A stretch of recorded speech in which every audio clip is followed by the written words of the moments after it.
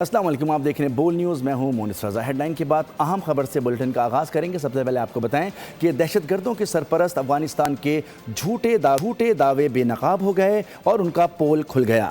وزارت اطلاعات و نشریات کے آفیشلی فیکٹ چیک کے مطابق افغان طالبان کے تیار کردہ 2 ڈرونز کو پاکستانی سیکیورٹی فورسز نے الیکٹرانک کاؤنٹر میجرز کے ذریعے ناکارہ بنا دیا۔ دہشت گردوں کے ڈرون سے کسی فوجی اور دیگر انفراسٹرکچر کو نقصان نہیں پہنچا۔ ڈرونز کا ملبہ گرنے سے معمولی نقصان ہوا۔ طالبان کے دعوے بھارتی پراکسی، فتنہ الخوارج اور فتنہ الہندوستان جیسے دہشت گردوں کو پناہ دینے اور اعانت کرنے کا اعتراف ہیں۔ طالبان رجیم کے آفیشیل اکاؤنٹس بشمول نام نہاد وزارت دفاع کا اکاؤنٹ باقاعدگی سے جھوٹی خبریں اور پروپیگنڈا پھیلانے کے لیے بدنام ہیں۔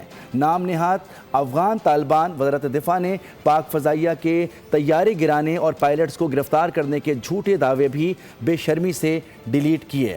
دیگر خبریں شامل کرتے ہوئے آپ کو بتائیں کہ امریکی صدر ڈونلڈ ٹرمپ نے کہا ہے کہ میرا خیال ہے کہ صدر پوٹن ایران کی تھوڑی بہت مدد کر رہے ہیں۔ ایران سے یورینیم قبضے میں لینے کے لیے آپریشن کا ارادہ نہیں ہے۔ امریکی صدر ٹرمپ نے فاکس کو انٹرویو دیتے ہوئے کہا ہے کہ ضرورت پڑی تو اپنائے ہرمز میں جہازوں کو سیکیورٹی دیں گے۔ صورتحال بہتر ہونے کے لیے پرامید ہیں۔ اپنائے ہرمز پر ہماری گہری نظر ہے۔ اگلے ہفتے ایران پر حملے مزید سخت کر دیں گے۔ ایران کے خلاف جنگ کے حوالے سے آپ کو اپڈیٹ کریں کہ امریکہ اور یورپ آمنے سامنے آ گئے ہیں۔ جرمنی نے روسی تیل پر پابندیاں نرم کرنے کے امریکی فیصلے کو خطرناک قرار دے دیا ہے۔ فرانس اور اٹلی نے اپنے بحری جہاز آبنائے ہرمز سے بحفاظت گزارنے کے لیے ایرانی حکومت سے رابطہ کر لیا۔ ایران کے خلاف جنگ امریکہ اور یورپ میں پھوٹ پڑ گئی۔ صدر ٹرمپ کی پالیسی پر یورپ میں اختلافات سامنے آ گئے۔ جرمنی کی روسی تیل پر پابندیاں نرم کرنے پر امریکہ پر شدید تنقید۔ یوکرین جنگ کے دوران پابندیاں کم کرنا خطرناک قدم قرار دیا۔ جرمن چانسلر کا کہنا ہے کہ پابندیاں نرم کرنے سے پوٹن کی جنگی طاقت بڑھ سکتی ہے۔ روس کو جنگ کے لیے مزید فنڈز مل سکتے ہیں۔ یورپی رہنما روس کو ایران جنگ کا فائدہ اٹھانے سے روکنا چاہتے ہیں۔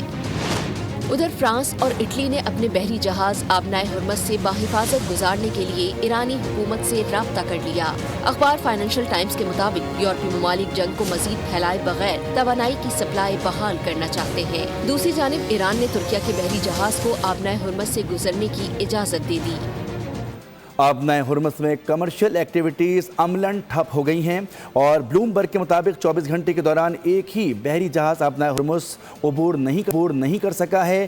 کوئی بھی بحری جہاز آبنائے ہرمز عبور نہیں کر سکا۔ ایران کی جانب سے سمندری مائنز بچھانے کی متضاد خبروں پر تشویش بڑھ گئی ہے۔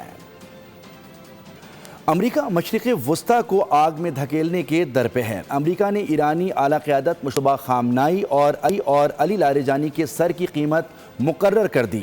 امریکی محکمہ خارجہ کے مطابق امریکہ نے معلومات دینے والے کے لیے $10 ملین انعام کا اعلان کر دیا۔ امریکہ کو وزیر اطلاعات اسماعیل خاطب، نائب چیف علی اصغر حجازی کی بھی تلاش ہے۔ میجر جنرل یحییٰ رحیم صفوی، بریگیڈیئر جنرل اسکندر مومنی بھی نشانے پر ہیں۔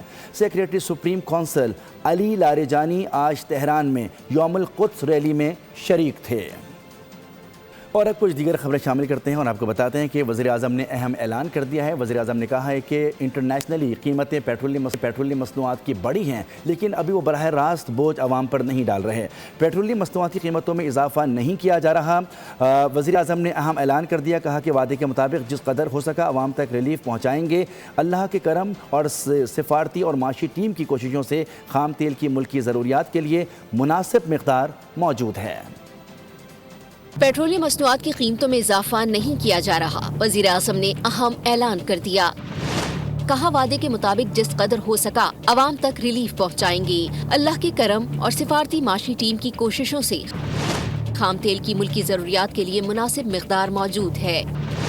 ان کا کہنا تھا کہ خطے میں کشیدگی کی وجہ سے عالمی معیشت اس وقت دباؤ میں ہے۔ پاکستان کی معیشت پر بھی گہرے اثرات مرتب ہونے کا خدشہ ہے۔ یہ خوش آئند ہے کہ وفاقی حکومت میں بچت اقدامات کے ساتھ صوبائی حکومتیں بھی ساتھ دے رہی ہیں۔ وزیر اعظم کا کہنا تھا کہ دعا گو ہیں کہ عالمی سطح پر حالات بہتر ہوں اور پیٹرولیم مصنوعات کی قیمتوں میں استحکام آئے۔